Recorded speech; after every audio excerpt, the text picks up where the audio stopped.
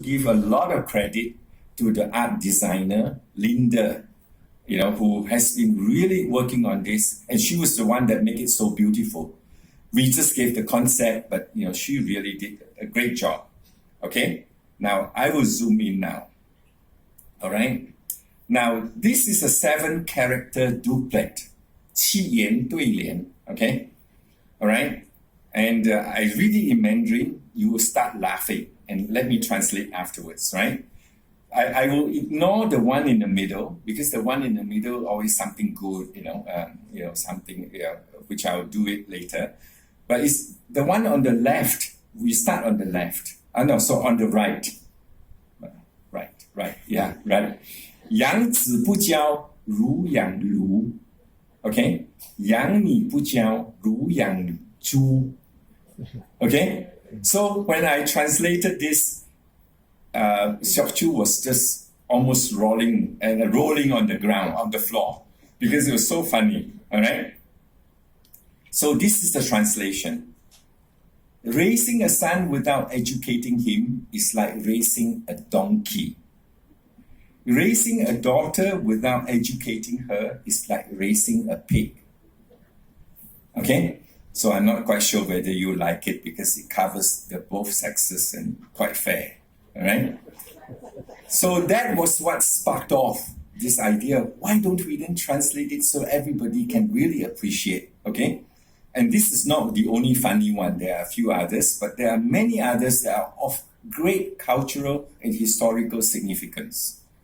Now, then I just want to quote, because other than the cultural side, artistic side, I think what really struck us, my wife and I, were that actually at the end of I just want to just have a long quotable quote. At the end of the guided tour by Siok Choo, we had gained a greater sense of appreciation and awe of the history and culture embodied in this ancestral home, which was built over 2 centuries ago. We also came away with greater appreciation of the unique Peranakan culture, an eclectic combination of Chinese, Malay, and Western cultures, molded over the past 500 years, first in Malacca, then Penang, and Singapore. Also known as the Nyonya and Baba culture, the food and daily attire, especially of the women, have adapted almost fully to the Malay culture. The language used was mostly Malay, but later more English, yet the furniture, the home decor, and artifacts are definitely Chinese. Okay, shown here is Mrs. Tan Kyong An, Siok Choo's great-grandmother. Okay, in a real Nyonya, 100% Nyonya. And some of you actually came today in your Nyonya attire, very befitting, yeah?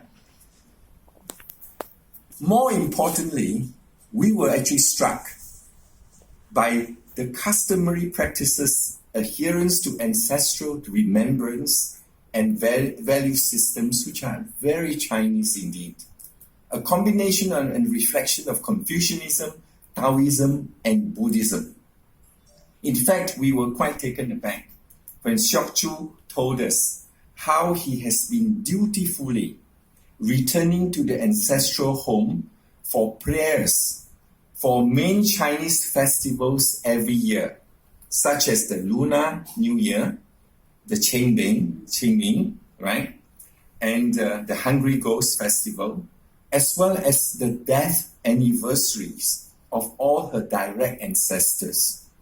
From the first Tan He Quan, who arrived in Malacca in 1771, to her grandfather, her father, and even a grand uncle who had only one son who had passed away. So she carried this out as a duty, personal duty, many times a year, going from KL to Malacca. And this is, in my opinion, most remarkable for someone who speaks impeccable English and high school Malay, as he said, but with no knowledge of the Chinese language. Even my own parents and their contemporaries who arrived as Sin Care, in the 20s and the 30s. Very Chinese educated.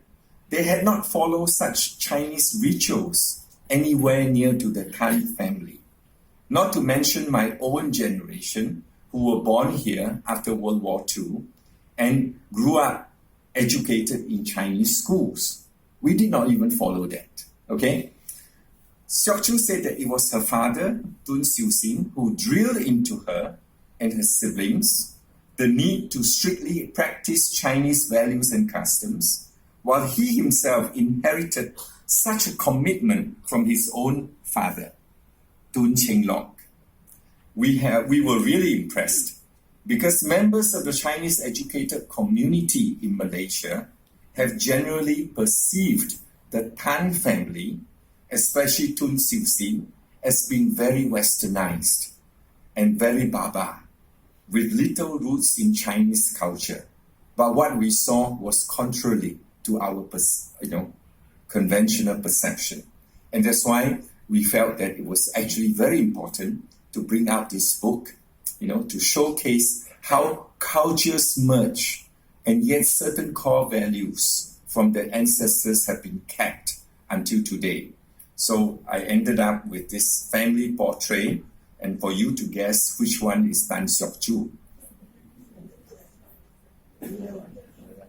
Which one? The little one? I don't know. Let Siok Choo tell you. So Siok Choo will be the next speaker, and I'll leave this slide on first. Okay? Now, finally, when we have some drafts of this book, I actually brought them to China, to Beijing, to be checked by some scholars on the language, because we were not really experts, we were just enthusiasts. And then we also showed it to a few scholars in Malaysia. And the comment was that, hey, you are the former president of Gerakan, and yet you are promoting a book on the two former presidents of MCA. So I say, why not?